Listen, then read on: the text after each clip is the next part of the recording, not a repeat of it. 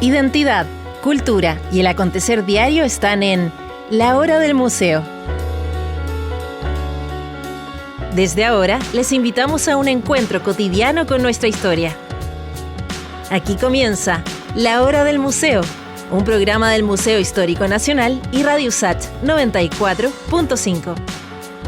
Bienvenidos a esta nueva cita con la historia, el patrimonio, la cultura aquí en La Hora del Museo. Hoy día vamos a estar hablando del cruce entre historia y moda. Nos va a acompañar Natalia Yáñez Guzmán. Ella es de la Universidad del Desarrollo, de la Escuela de Modas, de ahí donde han estado trabajando de manera conjunta con el Museo Histórico Nacional para dar vida a esto que se llama simulacro patrimonial. Bienvenida, Natalia, a La Hora del Museo. Un gusto que nos acompañes hoy aquí. Muchas gracias, Rocío. Muy contenta de esta invitación. Natalia, vamos a ir para atrás para que nos cuentes, porque es un poco inusual esta unión entre museos, academia, en este sentido, en el sentido de la moda, porque generalmente, al menos del Museo Histórico, siempre trabajando con historiadores en el ámbito más formal. Pero aquí, además de trabajar con la moda, trabajan con quienes están hoy día estudiándola y creando lo que va a ser la moda en un par de años más. ¿Cómo surge esta relación? Es una interesante pregunta porque esta relación surge de manera súper espontánea. De hecho, la curadora de la muestra Pasados de Moda, Historias de una Colección, Emilia Miller, me escribió, me contactó y me invitó a revisar esta muestra en el museo. Me hizo una visita guiada espectacular. Y la verdad es que ahí identifiqué varios ámbitos en los que podríamos colaborar, justamente porque el museo tiende a tener una audiencia, ¿no es cierto?, que muchas veces está desconectada con el mundo de la moda, y creo que es tremendamente necesario que la comunidad en general tenga acceso a mayor información y logre entender la moda como este acto incluso político que se constituye cada vez que uno se levanta en la mañana y decide qué ponerse, ¿verdad? Por lo tanto, la moda históricamente, o al menos en nuestro país, muchas veces es percibida como una disciplina tremendamente superflua. Y la verdad es que el objetivo de esta colaboración con el museo y con la Facultad de Diseño de la Universidad del Desarrollo quiere justamente derribar esos prejuicios, quiere posicionar el concepto de moda justamente como un análisis sociopolítico-cultural de la historia de un país. Por lo tanto, cuando Emilia me contactó, identificamos juntas una oportunidad de desarrollo, y en diseño de moda y gestión, que es la escuela que yo dirijo, justamente estábamos innovando respecto a la incorporación de nuevas metodologías de enseñanza-aprendizaje como la inteligencia artificial. Y ahí vislumbramos una oportunidad de unir pasado, presente y justamente proyectar moda futura. A ver, ¿y qué pasó ahí? ¿Llevaron a los estudiantes a ver esta colección de moda del museo? ¿Cómo ha sido este trabajo? Bueno, en primer lugar, este proyecto nace bajo el marco de un programa que nosotros tenemos en la facultad que se llama Programa RED, Relación Entorno-Diseño.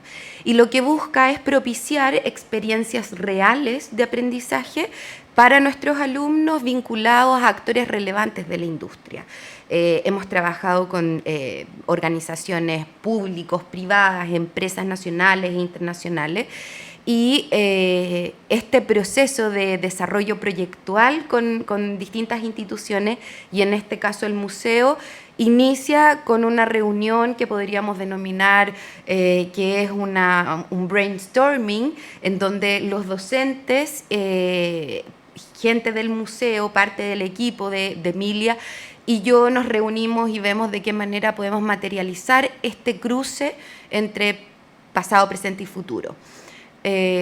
Desarrollamos una calendarización del semestre porque, por cierto, el proyecto Simulacro Patrimonial es el resultado de 6 meses de trabajo que tuvieron nuestros estudiantes de segundo año de moda y gestión. Los estudiantes se organizaron en 4 grupos de alrededor de 20 personas, y cada uno de esos grupos fue guiado por 2 profesores. Hicimos una semana completa de visitas guiadas al museo para ver esta muestra, y cada uno de los talleres, que son estos grupos más reducidos de estudiantes, analizaron una de las vitrinas de las 5 que estaban expuestas en el museo. Y efectivamente ahí se inicia el proceso de observación analítica y levantamiento de conceptos que posteriormente argumentan la toma de decisiones creativas. Así es que cada uno de los estudiantes, que alrededor, aproximadamente fueron 80 estudiantes, se comprometieron con el análisis y la investigación de una prenda que había estado expuesta, para luego desarrollar una propuesta mucho más contemporánea, que respondiera justamente a los fenómenos sociopolíticos culturales de las sociedades complejas de hoy. A mí me encanta cuando en el museo tienen este tipo de exhibiciones. De hecho, creo que algunas de las prendas que son parte de la exhibición permanente me encantan, como decían en una entrevista anterior, los zapatos Javiera Carrera, no sé, prendas, ¿no?, de nuestros héroes de la patria. Y en esa exposición, que yo no pude ver físicamente, que se acabó hace poquito, pero tengo el libro, que a propósito está ahí incluso en digital en la página web del museo, hay algunas prendas maravillosas y que, como tú decías, dan cuenta de procesos históricos, de miradas de la sociedad para entonces. Recuerdo un corsé, por ejemplo. Y ahí te quería preguntar más, desde tu trayectoria, tu experiencia, que la moda no es eso tan ligero, como tú decías, tan liviano, que tiene todo un proceso creativo, una investigación. Eso quería aprovechar de preguntarte, o sea, ¿cómo alguien llega a crear una prenda o una tendencia o una textura? ¿Qué pasa antes de eso? Yo creo que la observación tiene mucha presencia en esta respuesta, Rocío. La moda es un reflejo, como tú bien dices, de muchas situaciones que se desarrollan de manera simultánea en un contexto temporal, incluso geográfico particular. A través de una prenda de indumentaria, de vestir, nosotros podemos dar cuenta del nivel tecnológico de un país, el nivel cultural de un país, la realidad política, justamente. Hay prendas que incluso revelan jerarquías, ¿no es cierto? Revelan el hecho de que una persona pertenece a algo. Los uniformes de fútbol, por ejemplo. Claro. Una camiseta blanca y una camiseta azul en este país tiene mucho que decir, claro, ¿verdad? Significan mucho. Significan mucho, claro. Efectivamente, la semiótica es una dimensión que el diseño debe abordar. La razón de ser del diseño es la comunicación. Por lo tanto, cómo un símbolo, un signo y un significado se transforman o resultan, ¿no es cierto?, en un elemento concreto, un objeto físico concreto. ¿Cuál es el proceso previo hasta llegar al resultado? Es un proceso que definitivamente no es lineal. Es un proceso que requiere de muchas iteraciones, es un proceso que requiere de mucha observación, exploración y, por sobre todo, yo me atrevería a decir, para lograr resultados morfológicos novedosos, requiere también mucha exploración material. Incluso el método científico para las experimentaciones de materiales es un recurso que se incorpora dentro del proceso creativo también. Qué increíble todo esto, ¿eh? La forma, los materiales, las texturas. Bueno, pero ya vamos a ir pronto girando la conversación a un dato que nos diste al inicio, que es la inteligencia artificial. Yo he estado indagando un poco en la ropa del futuro, todo esto que podemos usar ahora, que nos mide la temperatura, que nos hace falta, que si estamos sudando se seca el sudor. Bueno, no sé mucho más. Quiero ahí que nos cuentes tú. Ya, por lo que veo. Me encanta la moda porque siempre la he visto como una expresión artística y con todo lo que tú nos has dicho, pero hasta me duele un poco cuando lo ponen como algo que no tiene importancia. Para mí sí tiene mucha importancia, como tú decías, porque comunica lo que somos finalmente. Natalia, te quiero invitar a hacer una pausa para que regresemos conversando más sobre simulacro patrimonial. Ya nos contabas esta primera parte que fueron los estudiantes, observaron, se les dio una labor ahí específica. ¿Y qué va pasando después? Quiero que nos cuentes al regreso de esta pausa.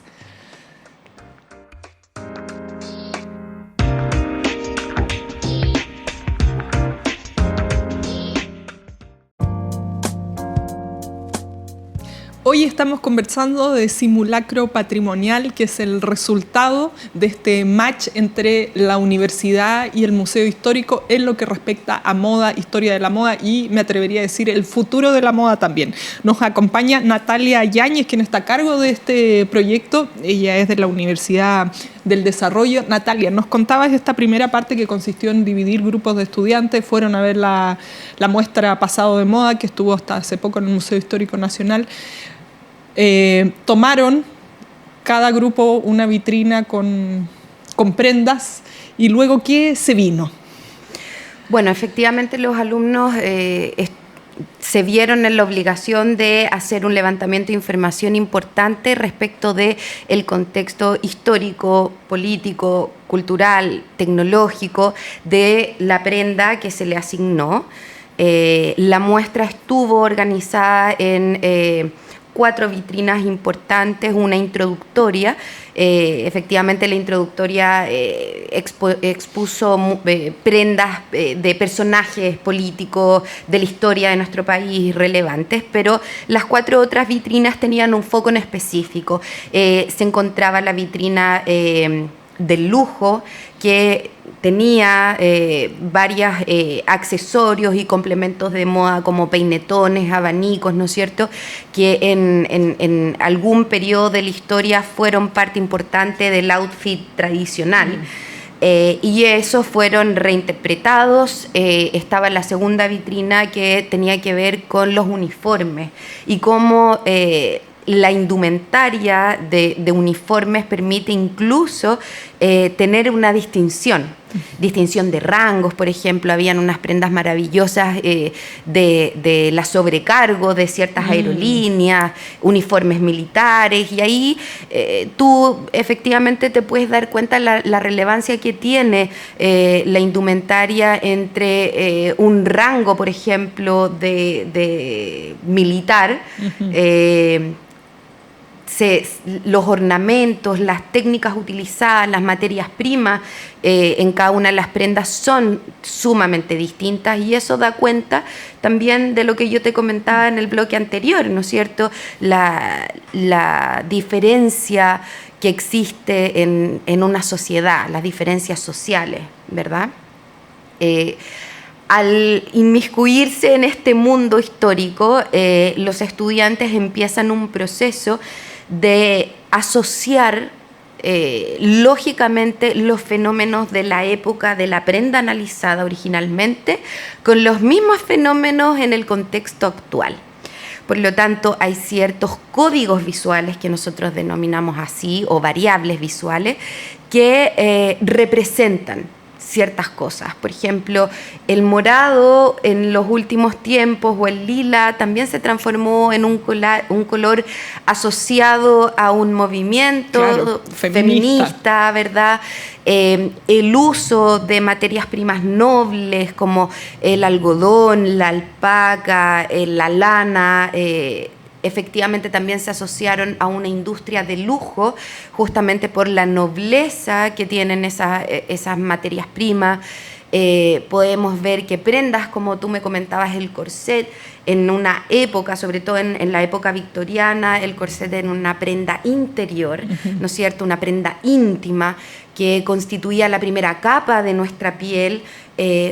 Hoy esa prenda sale, claro, ¿no es cierto?, como prenda exterior, se exhibe, se transforma en un exoesqueleto en vez de ser un esqueleto, se transforma en una prenda también rupturista, con ganas de decir mucho, una prenda contestataria, ¿verdad? Por lo tanto, ese ejercicio de entender lo que la prenda originalmente proponía comunicar y llevarlo a lo que está sucediendo hoy en nuestras sociedades es el trabajo de los estudiantes. Posteriormente, ellos empiezan a determinar cuáles son las variables visuales que logran comunicar este relato fresco, novedoso, propio.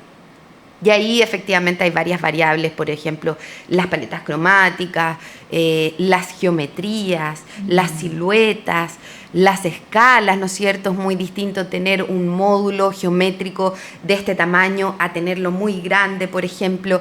Y ese es el trabajo del diseñador, justamente establecer un equilibrio entre todas estas variables visuales para poder lograr tener un relato, comunicarlo no verbalmente, sino que visualmente. Qué increíble todos estos elementos que conjugan. Por eso hay personas que se visten y se ven fantásticos y hay otras que no lo logran tanto porque no tenemos idea de estos elementos que hacen una buena conjunción, cuando sí, cuando no. Y además si estamos queriendo contar lo que queremos decir. Hay personas que a veces usan ciertos elementos y quieren ser interpretadas como algo que no están mostrando.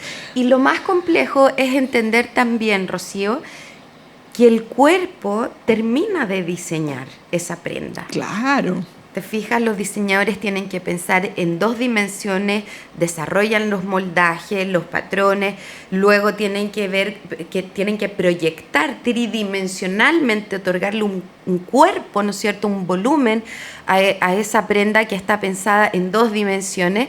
Y por supuesto que el cuerpo también es un tema que ha sido abordado desde distintas miradas, sobre todo sociológicas, yo me atrevería a decir. Los cánones de belleza de antaño no son los mismos cánones de belleza que actualmente están posicionados en la industria. La industria se transformó en una dimensión mucho más flexible también. Tenemos hoy top models, ¿no es cierto?, reconocidas a nivel mundial de tallas grandes, claro, o de pieles curvy, distintas, etcétera. Por lo tanto, ahí también la proyectación del cuerpo al cual yo estoy diseñando también tiene que ver con entender las sociedades contemporáneas. Y por último, a este proceso creativo que ya es muy complejo, le incorporamos un nuevo ingrediente. Y aquí desafiamos a nuestros estudiantes. Incorporar la inteligencia artificial como una herramienta más de proyectación.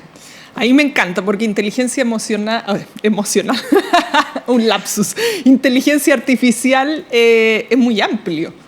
Tiene demasiadas aplicaciones hoy día. Entonces, ¿cómo eso lo bajamos al diseño de moda? Bueno, una de las herramientas de inteligencia artificial que tiene mayor pertinencia, ¿no es cierto?, con nuestra disciplina, tiene que ver con estas plataformas que te permiten, por medio de un prompt, que es este guión, por así decirlo, que se incorpora en la plataforma y yo le pido que me visualice ciertas características que funcionan de manera conjunta. Lo que hace el bot es reconocer cada uno de estos conceptos en lo que existen en la web, que son prácticamente infinitas, y los relacionan. Entonces, lo que sucede es que el diseñador tiene la capacidad de poder desarrollar un relato que la inteligencia artificial no puede construir.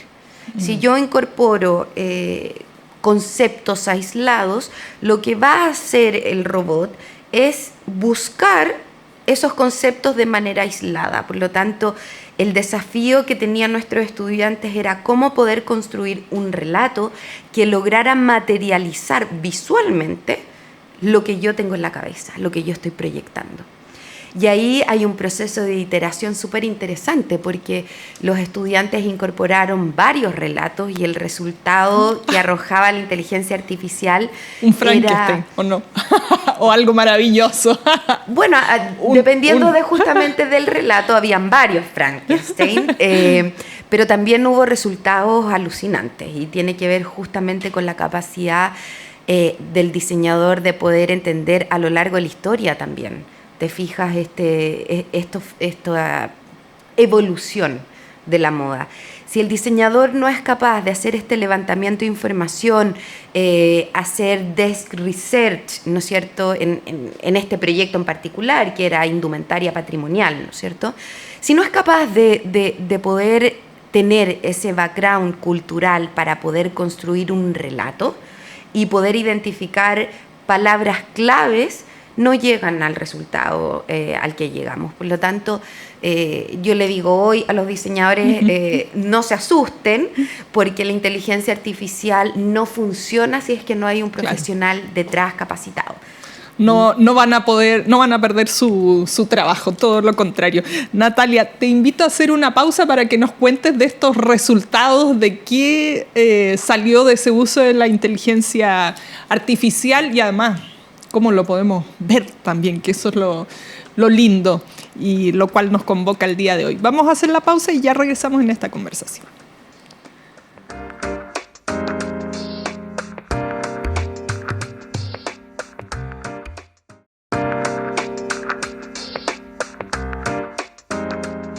Hoy estamos conversando de moda, en particular de este proyecto muestra que se llama Simulacro Patrimonial. Nos acompaña Natalia Yáñez. Ella está a cargo de la Escuela de Diseño y Moda de la Universidad del Desarrollo, quienes estuvieron trabajando muy estrechamente con el Museo Histórico Nacional para dar vida a este simulacro patrimonial. Estábamos conversando recién cómo se gestó la idea, cuál fue el encargo que se los dio a los futuros diseñadores de moda.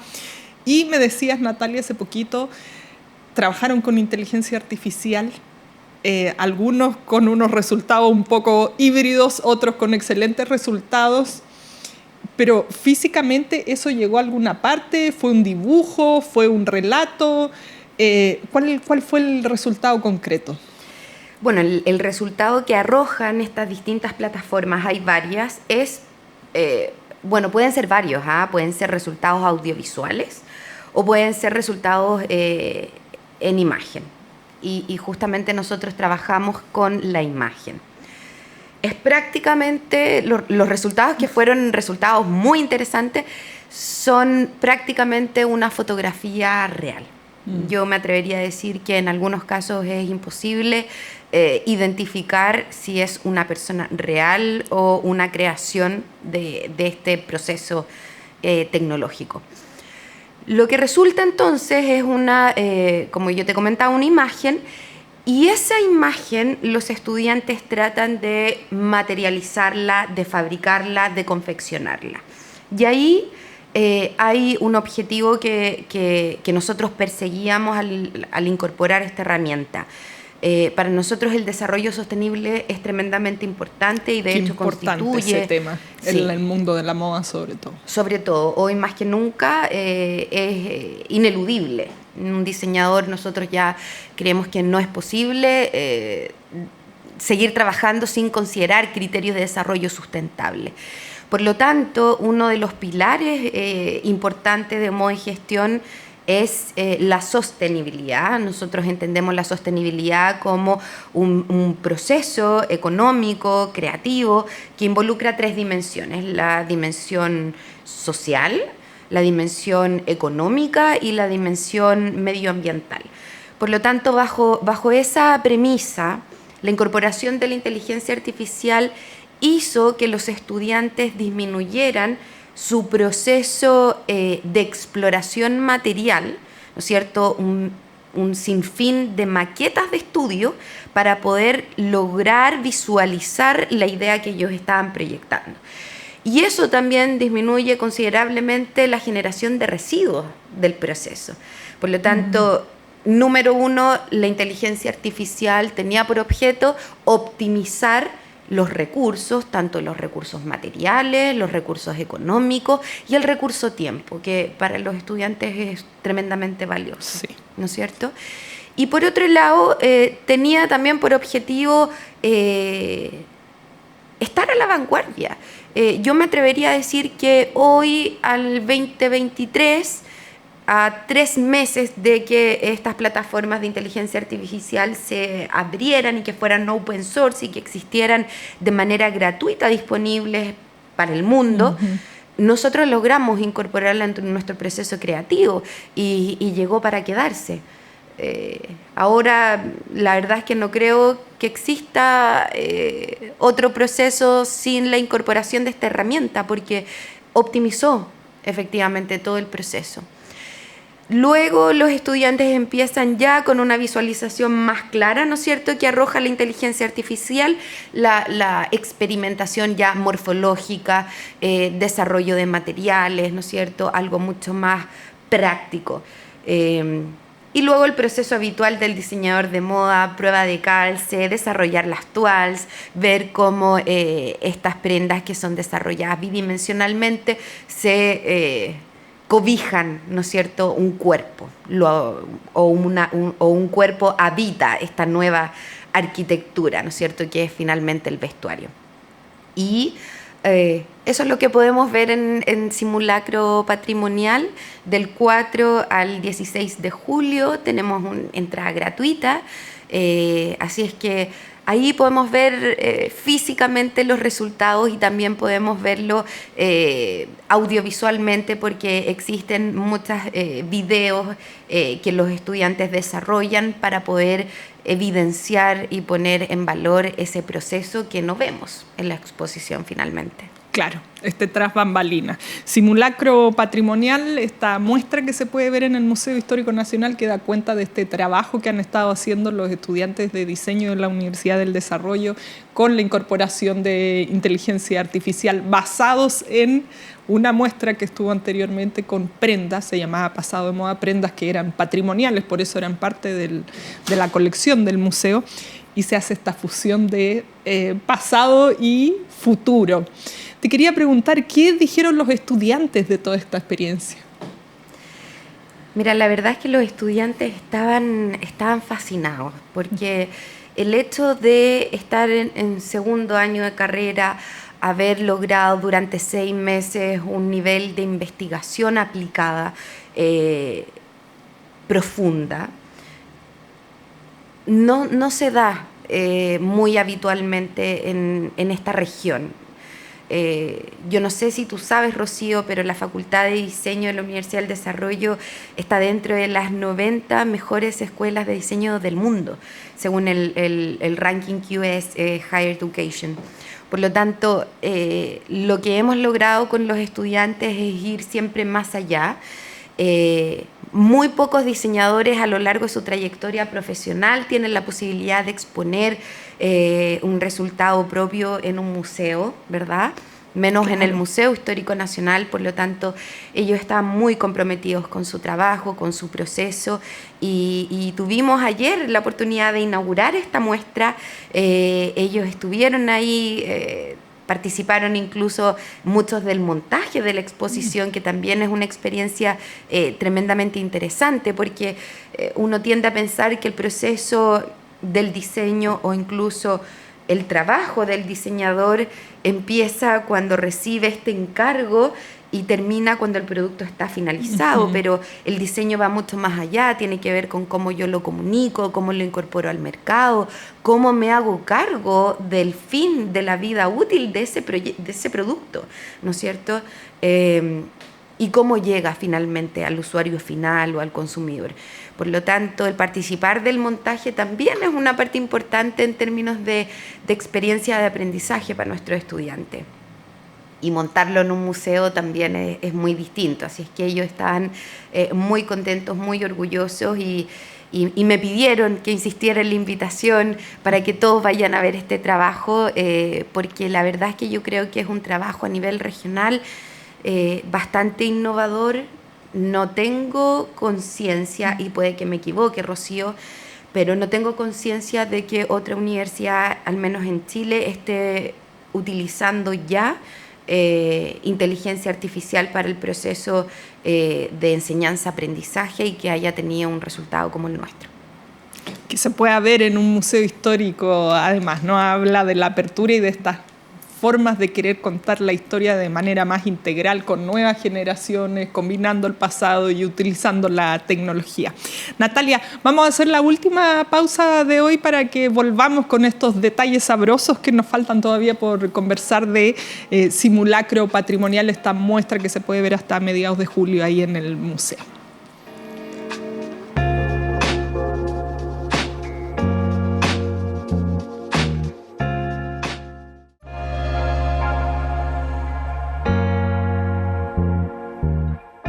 Hoy estamos hablando de Simulacro Patrimonial, una de las muestras que se pueden visitar por estos días en el Museo Histórico Nacional, que combina la historia de la moda con el uso de inteligencia artificial. El día de hoy por nuestros nuevos diseñadores nos acompaña Natalia Yáñez. Ella está a cargo de la Escuela de Diseño y de Moda de la Universidad del Desarrollo y además a cargo de este proyecto de la vinculación de los estudiantes con el museo, dar vida, ¿no?, a este espacio. Natalia, quería aprovecharte de tenerte aquí, aprovechar tu experiencia, tu sabiduría para preguntarte cómo ves el futuro de la moda, porque ahora hablábamos. Por supuesto estás en contacto con el futuro porque son las nuevas generaciones, pero el uso de esta inteligencia artificial, hay desafíos, como decías, que tienen que ver con el medio ambiente. ¿Cómo se ve el futuro? Es una súper pregunta, Rocío. ¿Cómo veo el futuro?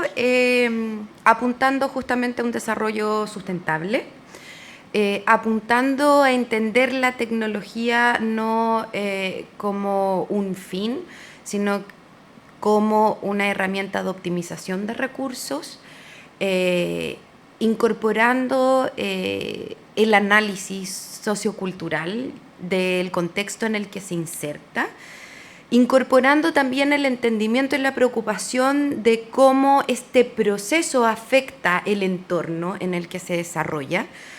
Tú sabes que parte importante de nuestro país se ha visto afectado por la moda rápida, ¿no es cierto?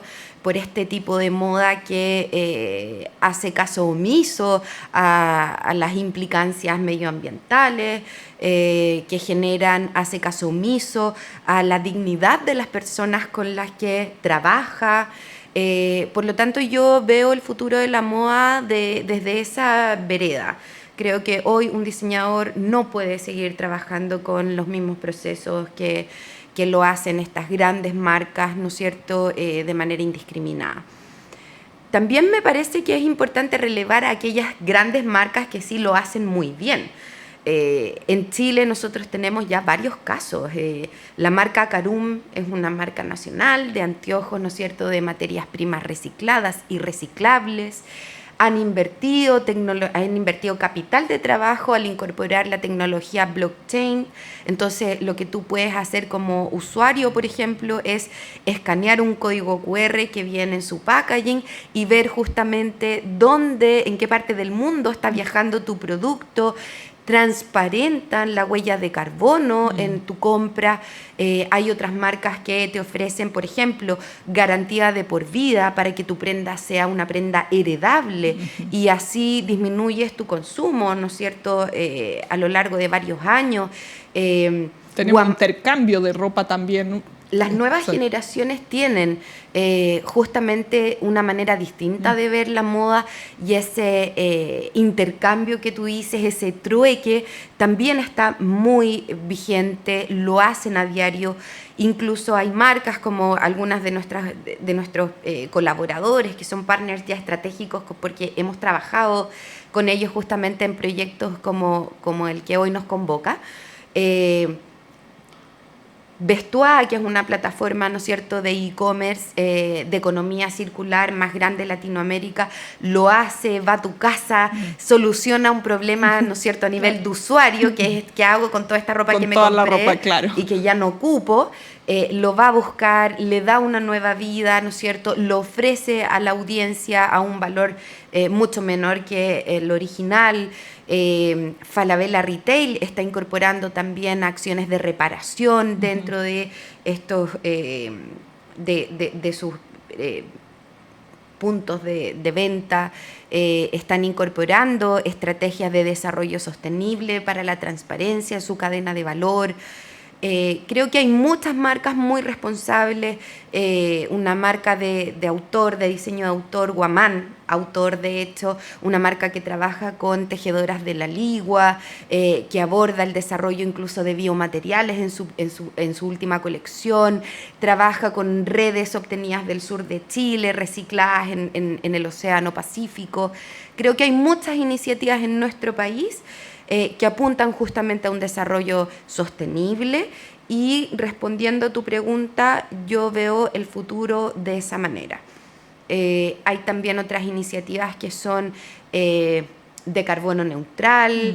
A nivel gubernamental lo estamos abordando. Soy parte, de hecho, de una comitiva, de una asociación que está levantando el nuevo tratado el marco regulatorio, la verdad. Estamos trabajando en el desarrollo de un marco regulatorio para que se incorpore el tratamiento de residuos textiles dentro de la ley REP, ¿verdad? Por lo tanto, el futuro de la moda yo lo veo así, de manera responsable, consciente, ética, y sin duda que también satisfaga necesidades actuales. Lo que tú decías respecto de smart fabrics, por ejemplo, textiles inteligentes que son capaces de regular la temperatura. Recuerdo, sin más, el año pasado estuvimos exponiendo en una pasarela internacional en Montevideo el trabajo de estudiantes que apuntaban justamente a atender las necesidades que se presentan en fenómenos como la migración. Claro, tremendo tema. Tremendo tema. Y muchas necesidades que hoy no están atendidas. Por lo tanto, creo que la moda tiene que también atender a eso. Por supuesto que nos encanta ver las alfombras rojas, ¿no es cierto? Sí. Yo soy la número 1 que prende el televisor para ver la Met Gala, por ejemplo. Pero también creo muy relevante profundizar, ¿no es cierto?, esos contextos de aplicación que a veces no son tan visibles, a veces no son tan atractivos, pero sí son muy necesarios. Y finalmente la moda es eso, la indumentaria es la primera piel que nuestro cuerpo habita, la primera arquitectura que es cobijada, ¿no es cierto?, que cobija nuestro cuerpo. Por lo tanto, es muy importante atender esas necesidades. Bueno, espero que vayamos para allá a un uso más responsable de la ropa. Bueno, y tratemos de consumir un poquito menos. Es linda y bueno, aquí además tenemos diferentes temporadas, diferentes estaciones, lo que hace que uno consuma más a lo largo del año, pero con muchísima más conciencia. Nos quedan súper poquitos minutos, Natalia. Te quería preguntar por la experiencia con el museo. Ahora está simulacro patrimonial ahí abierto a todo público de manera gratis. Pero, ¿cómo quedan las cosas? ¿Se quedan con ganas de seguir trabajando? Porque me imagino es una experiencia bonita poder vincular con la historia y con una institución como el Museo Histórico. Sin duda, yo creo que esta iniciativa es la primera de muchas. Creo que el museo tiene una labor impresionante, perpetuar la memoria histórica de nuestro país es su razón de ser.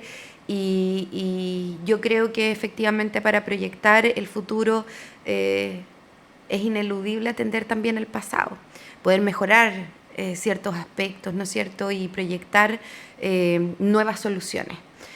Por lo tanto, esta colaboración que tenemos con el Museo Histórico Nacional, ayer tuvo su primer hito, ¿no es cierto?, la inauguración de Simulacro Patrimonial, pero es, como te comentaba, el primero de muchos. Sin duda, el museo, la moda y nuestra visión, que converge justamente en abrir a la gente común y corriente el patrimonio nacional de la industria de la moda, es lo que nos reúne, es lo que nos permite aunar esfuerzos y que particularmente creo que lo hicimos bien para hacer la primera experiencia. Así es que se vienen muchas más. Bueno, vamos a partir por conocer esta primera experiencia que es Simulacro Patrimonial, todos invitados a visitarla. Gracias, Natalia, por haber conversado con nosotros. Muchas gracias por la invitación.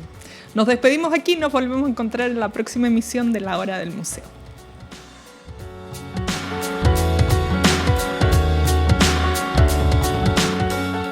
Esto fue La Hora del Museo, un encuentro cotidiano con nuestra historia.